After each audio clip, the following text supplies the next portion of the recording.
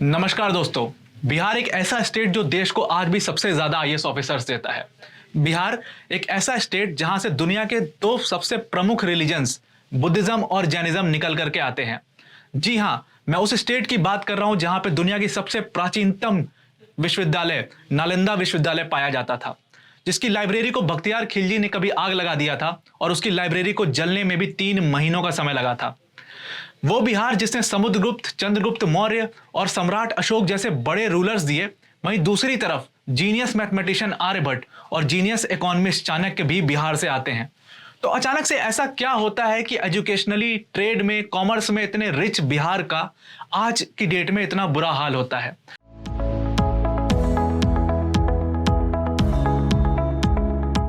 अगर मैं डेटा की बात करूं तो बिहार की पर कैपिटा इनकम 54,000 के करीब है। वहीं पे अगर इसको कंपेयर किया जाए इसी बिहार के नेबरिंग स्टेट्स झारखंड, उत्तर प्रदेश और ओडिशा से, तो उनकी पर कैपिटा इनकम 80,000 के करीब है। वो बिहार जो कि मिनरल्स में इतना रिच हुआ करता था कभी, ट्रेड में इतना रिच हुआ करता था कभी, उसकी ये दुर्दशा क्यों हो गई कि उसकी पर कैपिटा इनकम इतनी कम है आज भी, और उसकी ग्रोथ भी बहुत कम है। अगर आगे बात करें तो बिहार की आज भी 50% से ज्यादा जनता मल्टी डायमेंशनली पुअर है। अगर नीति आयोग की जो मल्टी डायमेंशनल पॉवर्टी इंडेक्स की माने तो आज भी बिहार के 40 से 70% जनता पॉवर्टी में जी रही है। आखिर ऐसा क्यों है कि बिहार में आज बहुत कम या ना के बराबर इंडस्ट्रीज हैं? जब यही सवाल बिहार के सीएम नीतीश कुमार जी से पूछा गया तो उन्होंने इसका जवाब यह दिया कि बिहार से जो नियरेस्ट पोर्ट है हल्दिया, वो 700 किलोमीटर दूर है, और इसी कारण की वजह से बिहार में कोई भी अपनी इंडस्ट्री लगाना नहीं चाहता है। पर यह बात बिल्कुल सही नहीं बैठती है।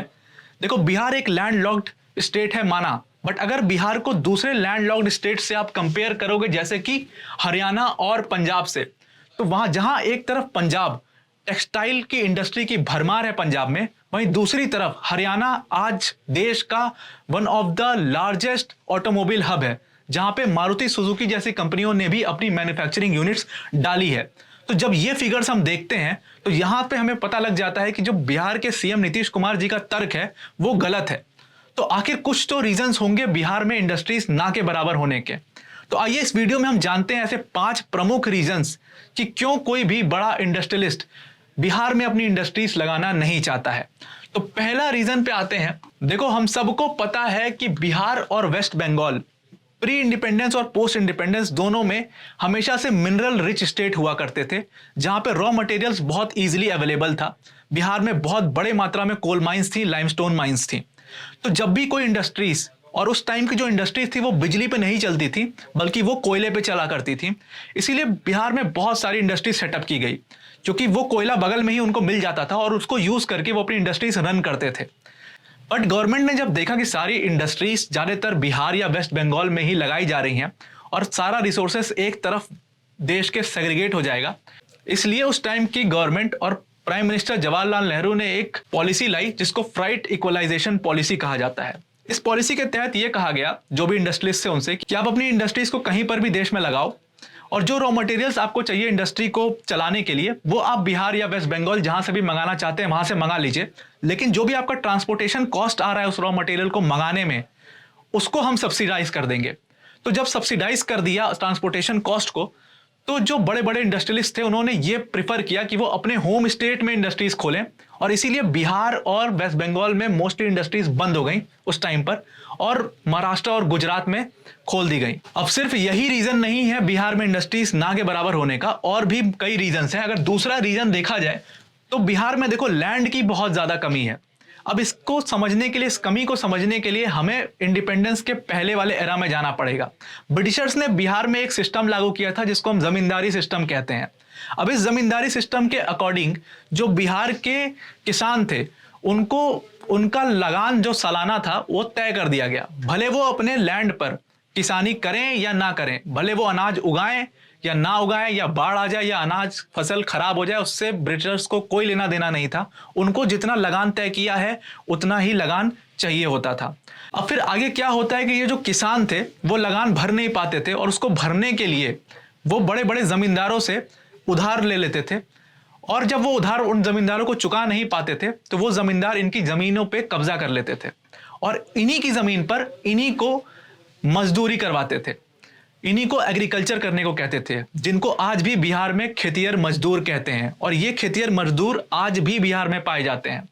लेकिन जब देश आज़ाद होता है और ये जमींदारी सिस्टम को ख़त्म कर दिया जाता है, तो ये जितने भी खेतिहर मजदूर थे जिनकी खुद की ज़मीन पे वो खेती मजदूरी कर रहे थे, वो सारे खेत उनको मिल जाते हैं। तो अब इसकी वजह से क्या होता है कि बहुत सारे बिहार में छोटे छोटे फ्रेगमेंटेड लैंड्स हैं, और यही फ्रेगमेंटेड लैंड सबसे बड़ी दिक्कत है किसी भी इंडस्ट्रीज का बिहार में आने के लिए। क्योंकि जब भी कोई इंडस्ट्री बिहार में आएगी, उसको बड़ी मात्रा में जमीन की रिक्वायरमेंट होगी, और ये जमीन की रिक्वायरमेंट सरकार पूरी करती है। लेकिन सपोज करो कि किसी इंडस्ट्री को लगाने के लिए 2000 गज जमीन चाहिए, तो ये 2000 गज जमीन अगर सरकार को एक्वायर करनी है किसानों से, तो कम से कम उनको 200 से 300 किसानों से बैठ करके सेटलमेंट करना होगा, या उनको भारी मुआवजा देना होगा, और ये सरकार के लिए बहुत महंगा पड़ जाता है। इसलिए बिहार की सरकार पीछे हटती है हमेशा जमीन एक्वायर करने के लिए, और इसी के कारण वहां पर इंडस्ट्रीज की कमी भी है। आगे अगर आप तीसरा रीजन देखोगे, तो तीसरा है reason lack of spill over effect का। देखो, स्पिल ओवर इफेक्ट को मैं एक एग्जांपल से आपको समझाने की कोशिश करता हूं।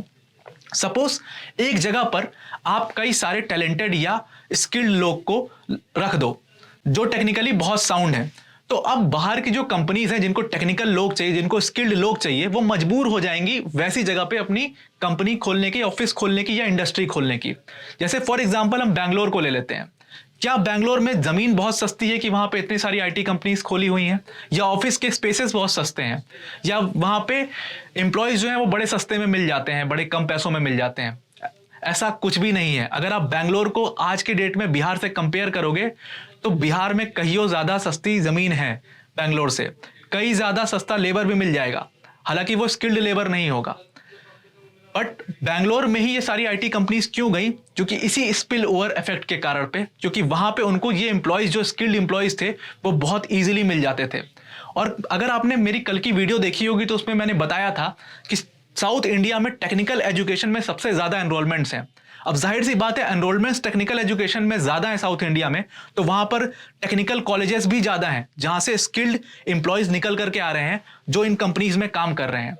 और यही चीज बिहार में लैकिंग है, और इसकी वजह से बिहार को बहुत बड़ा हर बार सेटबैक लगता है in case of industries and in case of skilled labours. अब जो आप नेक्स्ट रीजन देखोगे, जो ऑलरेडी छोटी इंडस्ट्रीज थी बिहार में, जैसे कि राइस मिल और शुगर मिल हो गई, जो कि हर स्टेट में होती है, वो बिहार में एक टाइम पर काफी बड़ी मात्रा में हुआ करती थी।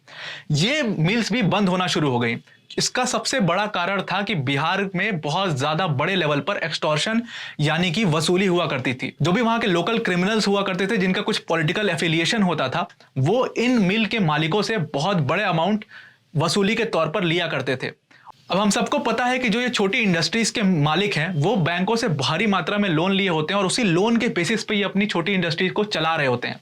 अब अगर जो प्रॉफिट उनको थोड़ा मोड़ा बचता है, वो भी वो वसूली के तौर पर इन क्रिमिनल्स को दे देंगे, तो वो अपनी इंडस्ट्रीज कैसे रन करेंगे? और इसी के कारण 1960 में अराउंड 40% कंट्रीब्यूट करता था शुगर इंडस्ट्री में बिहार, और आज ये नंबर सिर्फ 2% रह गया है, क्योंकि बहुत सारी शुगर मिल बिहार में बंद हो गई। वहीं पे अगर राइस मिल की आप बात करोगे, तो 1960-70 के दशक में बिहार में अकेले 7000 से 8000 राइस मिल हुआ करती थी, जो कि आज सिर्फ 1500 ही रह गई हैं, और अभी भी वो बंद हुए जा रही हैं। और इसके लिए भी सरकार कोई ऐसी पॉलिसी नहीं लेकर के आ रही है कि कैसे इन मिल ओनर्स को एटलीस्ट मोटिवेट किया जाए कि वो अपनी मिल्स को चलाते रहें, या कोई ऐसी सब्सिडी दी जाए जिसकी हेल्प से ये अपनी मिल को आराम से चला पाएं। आज भी बड़े मात्रा में करप्शन होता है बिहार में, आज भी बड़े मात्रा में एक्सटॉर्शन बिहार में होता है, जिसके कारण ये मिल्स बंद की जा रही हैं। अगला रीजन खुद बिहार की गवर्नेंस है, यानी कि पुअर इंप्लीमेंटेशन है पॉलिसीज का। अब देखो, बिहार क्या करता है कि 2006 में जब वो देखता है कि इंडस्ट्रीज बहुत कम होती जा रही हैं बिहार में और बंद होती जा रही हैं, और कोई भी नया इन्वेस्टर बिहार में आकर के अपनी इंडस्ट्री नहीं खोलना चाहता है, तो बिहार के सीएम ने डिसीजन लिया कि हम इंडस्ट्रियल इंसेंटिव पॉलिसी लेकर के आएंगे, जिसके तहत जो भी इंडस्ट्री खोलेगा बिहार में, उनको तो हम रॉ मटेरियल सब्सिडी पे देंगे ही देंगे, उनको लैंड भी सब्सिडी पे देंगे, और उनको हर तरीके से सरकार हेल्प करेगी, इंसेंटिवाइज करेगी उस इंडस्ट्री को रन करने के लिए। इसके कारण क्या होता है कि कुछ इंडस्ट्रीज बिहार में जाते हैं और अपनी इंडस्ट्री खोलते भी हैं, बट उनको ये सब्सिडी का जो अमाउंट था, ये जो इंसेंटिव का अमाउंट था, वो लेने के लिए कोर्ट के चक्कर काटने पड़ते हैं। और आपको भी पता है कि इंडिया में जो जुडिशियल सिस्टम है वो थोड़ा स्लो है, हर काम होता है यहां पर बट थोड़े आराम से होता है, और इसी के कारण कोर्ट के चक्कर लगाने के कारण वो इंडस्ट्रीज परेशान हो जाते हैं और बिहार से वापस आ जाते हैं और अपनी इंडस्ट्रीज को बंद कर देते हैं। और अब जब भी कोई स्कीम लेकर के आती है बिहार सरकार, हर साल एक नई स्कीम, हर साल एक नया इंसेंटिव स्कीम लेकर के आती है इंडस्ट्रीज के लिए बिहार की सरकार। लेकिन अब जो बड़े इंडस्ट्रियलिस्ट हैं उनको बिहार की सरकार पर भरोसा नहीं रह गया है कि जो वो प्रॉमिस कर रहे हैं वो एक्चुअल में डिलीवर भी करेंगे। तो ये 5 कारण मुख्य कारण हैं जिसकी वजह से बिहार में आज की डेट में बहुत कम इंडस्ट्रीज बची हैं या ना के बराबर इंडस्ट्रीज बची हैं। I hope this video helps. Thank you and have a nice day.